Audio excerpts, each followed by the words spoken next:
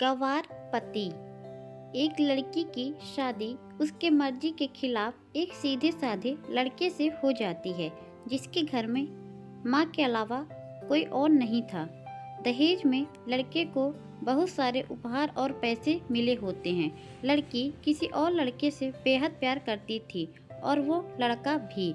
लड़की शादी होके आ गई अपने ससुराल। सुहाग रात के वक्त लड़का दूध लेके आता है तो दुल्हन सवाल पूछती है अपने पति से। एक पत्नी की मर्जी के बिना पति उसको हाथ लगाए तो उसे बलात्कार या हक।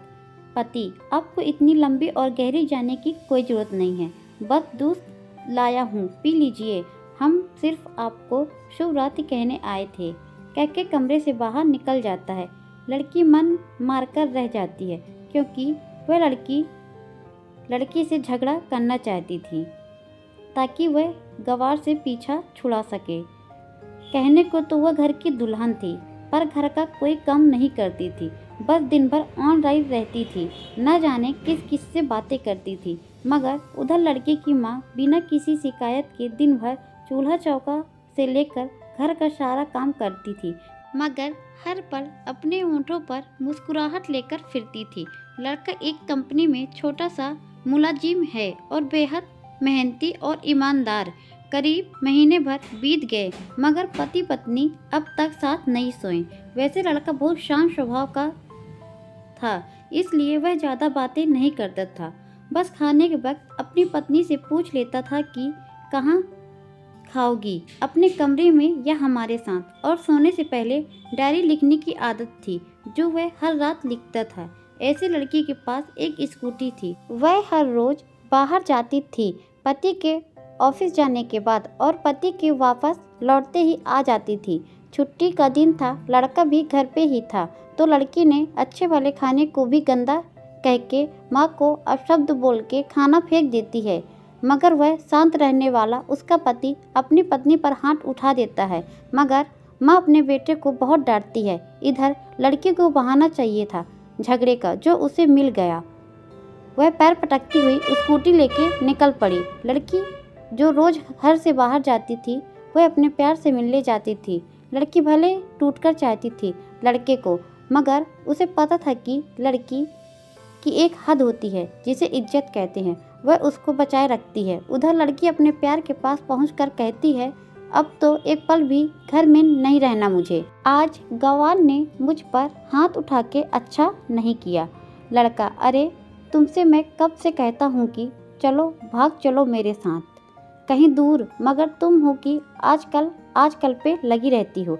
लड़की, शादी के दिन मैं आई थी तुम्हारे पास, तुम ही ने तो लौटाया था मुझे। लड़का, खाली हाथ कहाँ तक भागोगी, तुम ही बोलो, मैंने तो कहा था कि कुछ पैसे और गहने लेके आ जाओ। तुम खाली हाथ आई थी, आखिर दूर एक नई जगह में नई जिंदगी शुरू करनी है तो पैसे तो चाहिए ही। लड़की, तुम्हारे और मेरे प्यार के बारे में जानकर मेरे घर वालों ने बैंक के पासबुक, एटीएम और मेरे गहने तक रख लिए थे तो मैं क्या लाती अपने साथ। हम दोनों मेहनत करके कमा भी सकते थे। लड़का, चलकर इंसान पहले सोचता है और फिर काम करता है, खाली हाथ भागते तो ये इसका भूत 2 दिन में उतर जाता, समझी। और जब भी तुम्हें छूना चाहता हूँ बस नखरे करती रहती हो, बस कहती हो शादी के बाद। लड़की, हाँ शादी के बाद ही अच्छा है, ये सब तुम्हारा तो है। मैं आज भी कुमारी लड़की हूँ, शादी करके भी आज तक उस गंवार के साथ सो ना सकी क्योंकि तुम्हें ही अपना पति मान चुकी हूँ। बस तुम्हारे नाम का ही सिंदूर लगाना बाकी है, बस वह भी लगा दो, सब कुछ तुम अपनी मर्जी से करना। लड़का, ठीक है मैं तैयार हूँ, मगर इस बार कुछ पैसे जरूर साथ लेके आना। मत सोचना हम दौलत से प्यार करते हैं, हम सिर्फ तुमसे प्यार करते हैं, बस कुछ छोटी मोटी बिजनेस के लिए पैसे चाहिए। लड़की, उस गंवार के पास कहाँ होगा पैसा, मेरे बाप से 3 लाख रुपए से मारुति कार ली है, बस कुछ गहने हैं वह लेके आ जाऊंगी। लड़का लड़की को होटल का पता देकर चला जाता है। लड़की घर आके फिर से लड़ाई करती है, मगर अफसोस वह अकेले चिल्लाती रहती है, उससे लड़ने वाला कोई नहीं था। रात 8 बजे लड़का का मैसेज आता है व्हाट्सएप पे कि कब आ रही हो। लड़की जवाब देती है, सब्र करो, कोई सोया नहीं है, मैं 12 बजे से पहले पहुंच जाऊंगी, क्योंकि वहां तुम्हारे बिना मेरी सांसें घुटती हैं। लड़का, ओके, जल्दी आना, मैं होटल के बाहर खड़ा रहूँगा, बाय। लड़की अपने पति को बोल देती है कि मुझे खाना नहीं चाहिए, मैं बाहर खा ली हूँ, इसलिए मुझे परेशान ना करो। इतना कह के वह दरवाज़ा बंद करके अंदर आ जाती है। पति बोलता है, वह अलमारी से मेरी डायरी दे दो, फिर जो करना है करते रहना, हम परेशान नहीं करेंगे। लड़की दरवाज़ा खोले बिना कहती है कि चाबियाँ दो अलमारी की। लड़का, तुम्हारे बिस्तर के पैरों तले है चाबी। मगर लड़की दरवाज़ा नहीं खोलती है, बल्कि ज़ोर ज़ोर से गाना सुनने लगती है। बाहर पति कुछ देर दरवाज़ा पीटता रहता है, फिर हार कर लौट जाता है। वह लड़की ने बड़े ज़ोर से गाना बजा रखा था। फिर वह अलमारी खोल के देखती है तो उसने पहली बार खोला था, क्योंकि वह अपना सामान अलग अलमारी में रखती थी। अलमारी खोलते ही वह हैरान रह जाती है। अलमारी में उसके अपने पासबुक, एटीएम कार्ड जो उनके घर वालों ने उनसे छीन रखे थे, खोल के चेक किया तो उसमें पैसे भी ऐड थे जो दहेज में लड़के को मिले थे, और बहुत सारे गहने भी थे जो एक पेपर के साथ थे और उसकी मलकियत लड़की के नाम थी। लड़की बेहद हैरान और परेशान थी। फिर लड़की की नज़र उस डायरी पर पड़ती है। वह जल्दी से उस डायरी को निकाल के पढ़ने लगती है।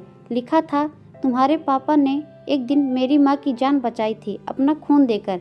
मैं अपनी माँ से बेहद प्यार करता हूँ, इसलिए मैंने झुककर आपके पापा को प्रणाम करके कहा कि आपका ये अनमोल एहसान कभी नहीं भूल पाऊँगा।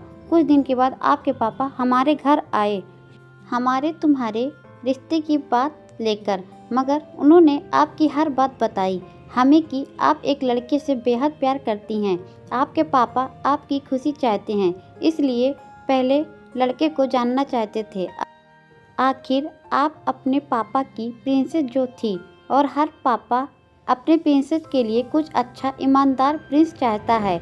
आपके पापा ने खोज कर ये पता लगाया कि वह लड़का बहुत सी लड़कियों को धोखा दे चुका है और पहली शादी भी हो चुकी है, पर आपको बता ना सके, क्योंकि उन्हें पता था कि ये जो इश्क का नशा है वह हमेशा अपनों को गैर और गैरों को अपना समझता है। एक बाप के मुंह से एक बेटी की कहानी सुनकर अचंभित हो गया। हर बाप यहाँ तक शायद ही सोचे कि मुझे यकीन हो गया था कि एक अच्छा पति होने का सम्मान मिले ना मिले, मगर एक दामाद होने की इज्जत मैं हमेशा पा सकता हूँ।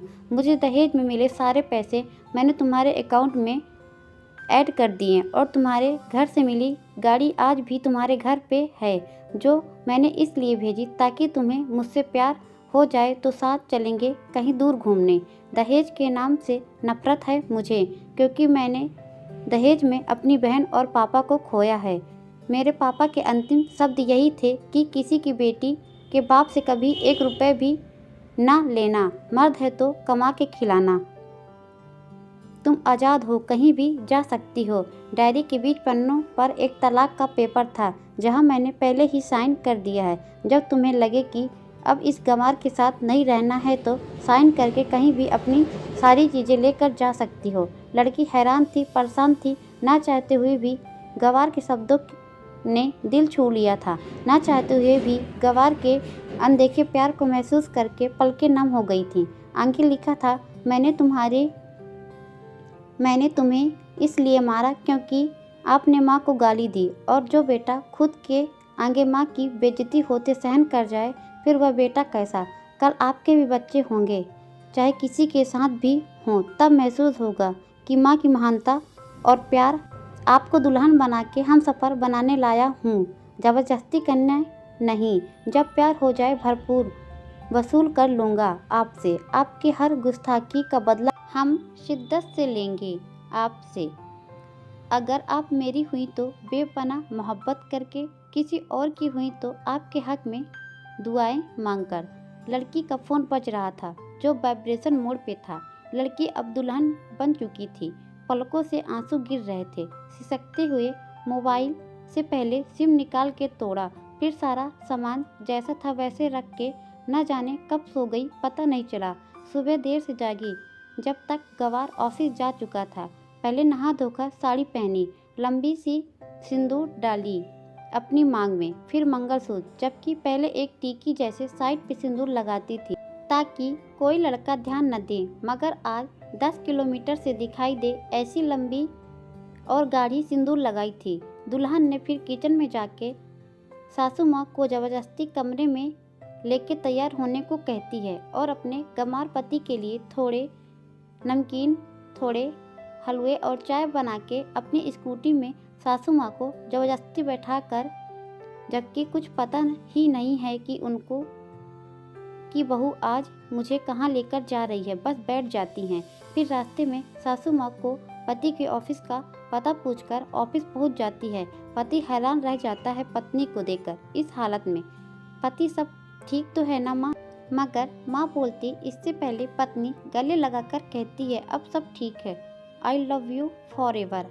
ऑफिस के लोग सब खड़े हो जाते हैं तो दुल्हन कहती है मैं इनकी धर्म पत्नी हूँ, वनवास गई थी, सुबह लौटी हूँ, अब 1 महीने तक मेरे पतिदेव ऑफिस में नहीं दिखाई देंगे। ऑफिस के सभी लोग दुल्हन, क्योंकि हम लंबी छुट्टी पे जा रहे हैं। शांत पति, पागल दुल्हन, आपकी सादगी और भोलेपन ने बनाया है। सभी लोग तालियां बजाते हैं और दुल्हन फिर से लिपट जाती है अपने गंवार पति से, जहाँ से वह दोबारा कभी छूटना नहीं चाहती है। बड़े कड़े फैसले होते हैं कभी कभी हमारे अपनों की, मगर हम समझ नहीं पाते कि हमारे अपने हमारी फिक्र खुद से ज़्यादा क्यों करते हैं। माँ बाप के फैसलों का सम्मान करें, क्योंकि ये 2 शख्स ऐसे हैं जो आपको हमेशा दुनियादारी से ज़्यादा प्यार करते हैं।